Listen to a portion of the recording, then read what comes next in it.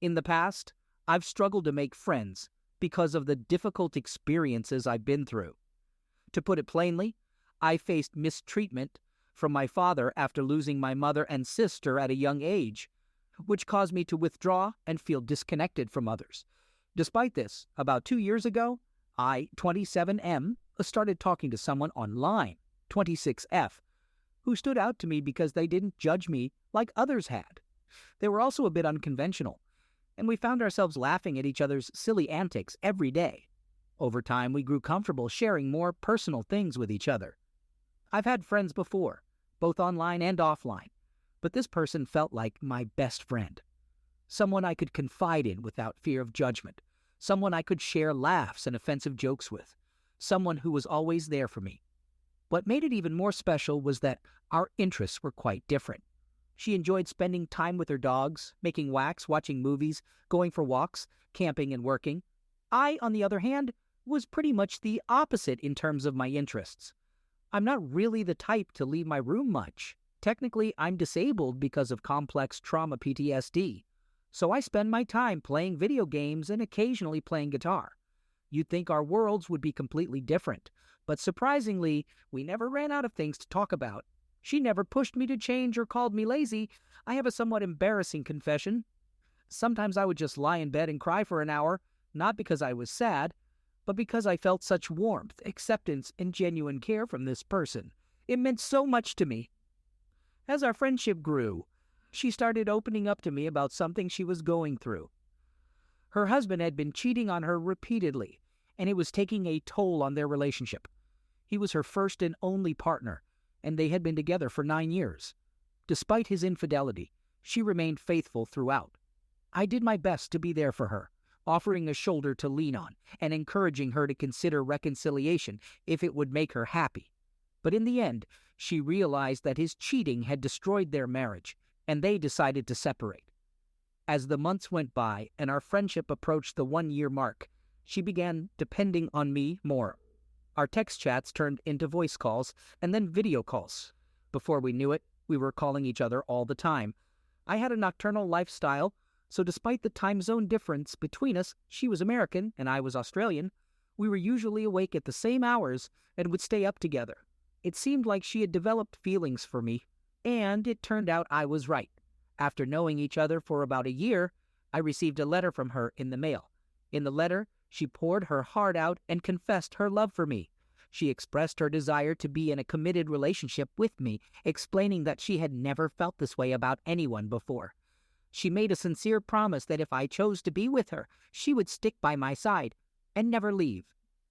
She understood my situation. I didn't have a job and wouldn't be receiving government support. She knew about my trauma and how I rarely left the house, as she witnessed it firsthand during our calls. Surprisingly, she even offered to pay for my plane ticket to come and live with her. While I had developed strong feelings for her too, the idea of traveling to the other side of the world for a relationship made me anxious. I wanted to be with her, but I felt like I needed time to work on myself and learn to love myself more. However, I want to make it clear that I felt the same way about her. In fact, there was a girl nearby whom I wanted to meet up with around the same time. She mentioned that we should watch Star Wars together, but it was clear she wanted our relationship to go beyond just that.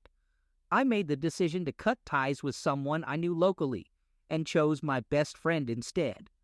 I told her that although I wasn't comfortable labeling us as being in a relationship at the moment, I felt the same way she did. I assured her that I would be open and honest about the people I talked to, and I wouldn't emotionally involve myself with anyone else. I wanted to be exclusive and committed to her. It's just that I needed some time to improve my situation before making our relationship Facebook official. We started spending more and more time on calls and video chats. We were so into each other that we would even stay on the phone while she slept or while she was at work. I know it might seem a bit unusual to be on the phone all the time. It's not for everyone, but it's something we both really wanted. We never grew tired of each other's company. When she came home, we would watch movies together. She even got a PS4 to play video games with me. We built a virtual home in Minecraft and continued to share laughter. However, I noticed that certain jokes that used to be fine were no longer okay. In the past, she would laugh at inappropriate jokes I made, but now they hurt her feelings. It took me a while, but I eventually realized this and stopped making those kinds of jokes. I could tell that things were getting serious for her. One thing about my depression is that sometimes I go through phases where I shut down for a while. It doesn't happen all the time, but it can be quite frequent. Around the anniversaries of my mom and sister's passing, on my birthday, and on my mom's birthday, I feel particularly sad. So during those times, I would be less talkative. She noticed this, and I could see that it affected her, too. During the middle of this year, things took a turn for the worse for me. I started spending a lot of time in my housemate's room, watching a TV show together.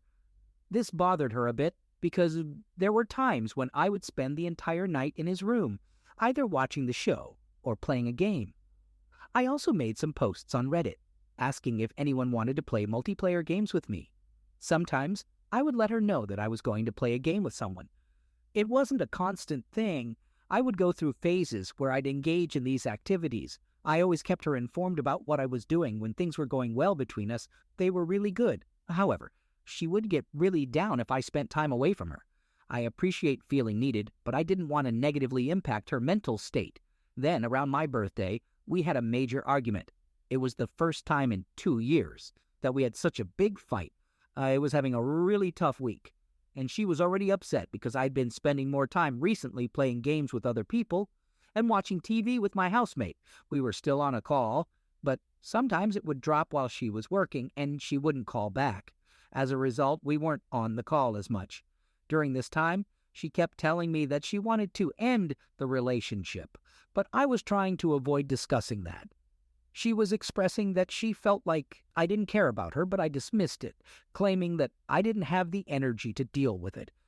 I said something along the lines of, "There doesn't have to be anything wrong. I'm here. If you want a problem, we can have a problem. But I'm ready to go back to normal whenever you are." Looking back, I realize it was dismissive, but in that moment, I was just so tired. When she asked me where I had been, I told her that if she wanted to, she could have called me, and I was just doing what I wanted.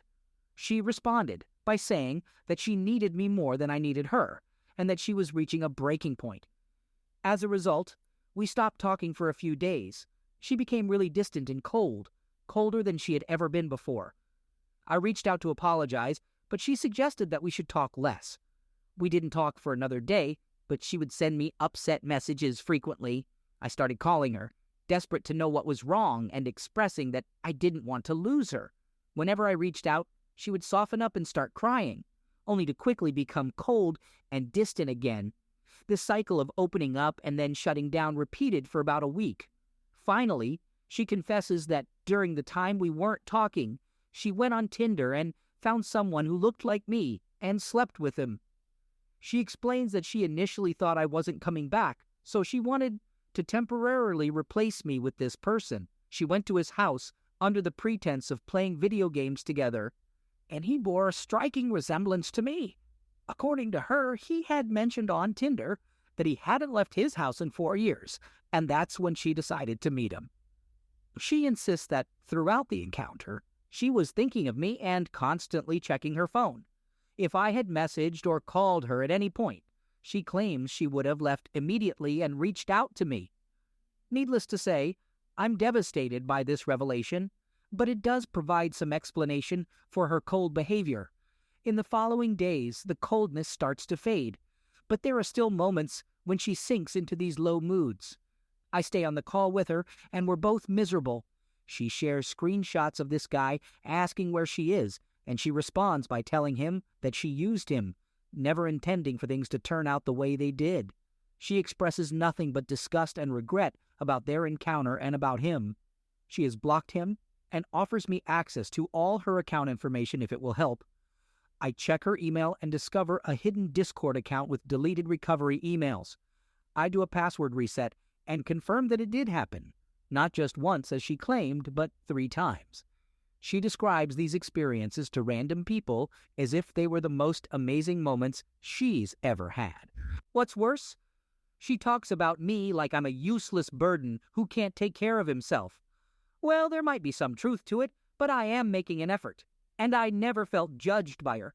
I confront her about it, and she admits that she did try to hide that account and made those negative comments about me. She was hurt and angry, so now it has been about 900 hours, and we've been on a call the whole time. I can honestly say that my love for her hasn't diminished, but I don't feel the same anymore. I just feel sick. But at the same time, I'm struggling to deal with what happened. Part of me blames myself, thinking that I could have prevented it, and that I didn't make our relationship boundaries clear enough. Then another part of me says, no, screw that. We did have defined boundaries, and if you truly love someone, you don't intentionally hurt them. If she wasn't happy with our situation, there were better ways for her to communicate that without being so cruel. So, if you've made it this far, rest in peace. What do you think? Was it cheating? Is it normal that a month later I still feel terrible? Should I reconsider moving to the other side of the world for this person? Second story. My girlfriend of 7 years cheated on me. I had my suspicions throughout our relationship because I caught her multiple times being unfaithful and seeing other guys. The signs were there from the beginning. Whenever we had a breakdown, we would talk, and she would promise to change. But it would always happen again. Unfortunately, I foolishly chose to stay. On Thursday night, something felt off after we had an argument while I was at work on the night shift. I couldn't shake the feeling, so I decided to check my home security cameras. I noticed a car parked a few houses down that hadn't moved for a while, which raised my suspicion. Then I saw a guy getting out of the car and walking towards my neighbor's front porch, eventually making his way to the side of my house.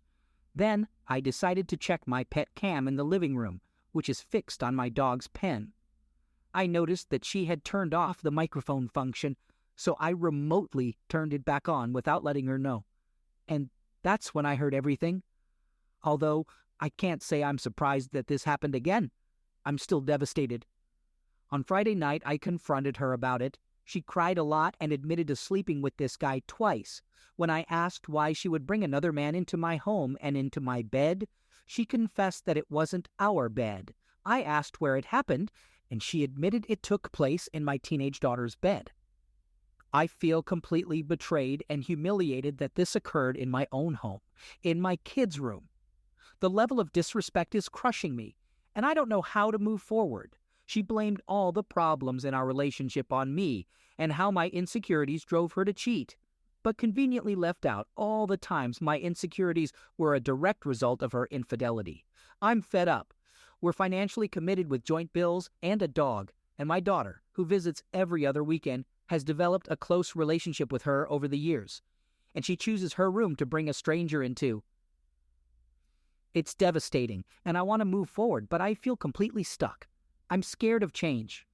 My ex-wife cheated on me, and it feels like my life has been filled with a constant string of betrayals. I feel shattered, worthless, and inadequate. I try to be kind in life, giving myself to the people I meet. I don't deserve this kind of pain. I'm sorry if my thoughts are all over the place. I just needed to express this because I don't have anyone else to talk to. I've isolated myself. Third story. Get ready for a long story. So, around 2 years ago, I, 34-year-old female, discovered that my boyfriend, 35-year-old male, had been subscribing to an adult content sharing site for about 6 months. One of the profiles he subscribed to belonged to a girl he had briefly dated and slept with before we got together. He had been messaging multiple accounts on OF, and even asked one of them if she would consider making a video with a fan. During that time, we weren't having regular closeness, and this was a concern for me. I'd been asking if there was anything we could do to improve our situation, if he had any fantasies, or if he wanted to watch adult movies together, etc. However, he kept insisting that he was tired. There was no issue, and he wasn't into adult movies. Since he seemed pretty vanilla in the bedroom, I believed his explanation. This went on for about 3 months, and I repeatedly asked if something was wrong, or if there was someone else in his life.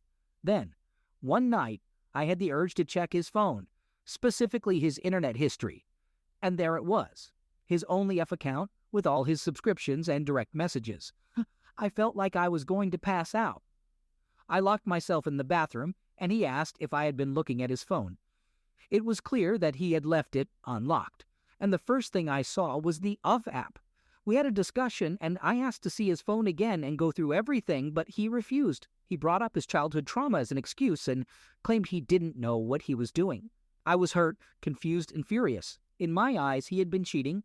He had lied repeatedly about it and even borrowed money from me at times because his salary isn't great. Yet he was spending money on this. His main argument was that he didn't think about the consequences, and for a while, he didn't see it as cheating. Do I consider it cheating? Absolutely. It's infidelity because he lied about it, kept it a secret, and hello, he had previously slept with one of the girls he was subscribed to and was messaging her. Anyways, we managed to work things out, and he agreed to seek counseling for his childhood trauma, and then we would go for couples counseling. He attended a few sessions for his personal therapy, but he never fully committed, and the couples counseling was put on hold until he sorted out his own issues. He claimed he couldn't handle both at the same time and needed to focus on himself first. Meanwhile, we bought a house. Things seemed to be getting better, and I started to regain my trust in him. It felt like a now or never moment, and initially, it felt great. But then last summer, a little over a year after our previous confrontation, I discovered that he had been secretly watching X movies. Once again, our closeness had declined, and I felt that he wasn't being upfront about things, so I started asking if something was going on. Finally, after a few weeks, he admitted to watching those movies, but not through the OAF platform. Okay, that's fine, but I wished he had told me earlier. We could have watched them together, maybe. But no, it wasn't just watching X-rated movies. He was also visiting his ex's Twitter and other online accounts to look at her explicit pictures. However, he claimed that he wasn't visiting her of account, as if that made it okay. It felt like he had a, so what's the problem? Attitude. I couldn't take it anymore. The constant lying was unbearable. I hated that I had to extract the truth from him over a long period of time, and it drained me emotionally. Whenever I brought it up, he would bring up his childhood trauma, forcing me to set aside my own feelings because he couldn't handle anything else. He even mentioned having thoughts of ending his life. So I said, fine, get your counseling, and then we'll reassess our situation and maybe consider couples counseling. For the past 4 months or so, he did attend counseling for himself. I have no idea how it went because he doesn't share that with me. Whenever I try to talk to him about it, he says it's not the right time or he's not able to discuss it. His individual counseling has recently concluded, and we're supposed to start couples counseling in the next 4 weeks.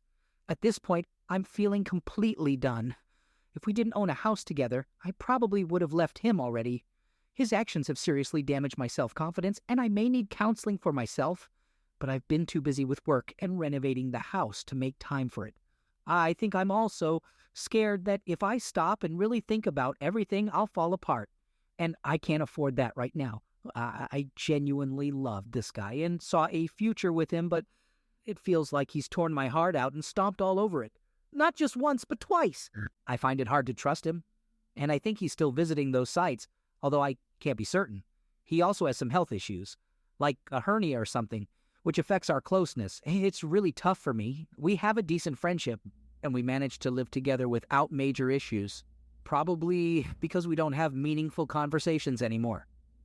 But when we have to attend events or gatherings as a couple, I'm filled with hurt, anger, and jealousy, and it's truly awful. I know I'm not perfect, but before the first betrayal, I was loving, caring, and adventurous in the bedroom.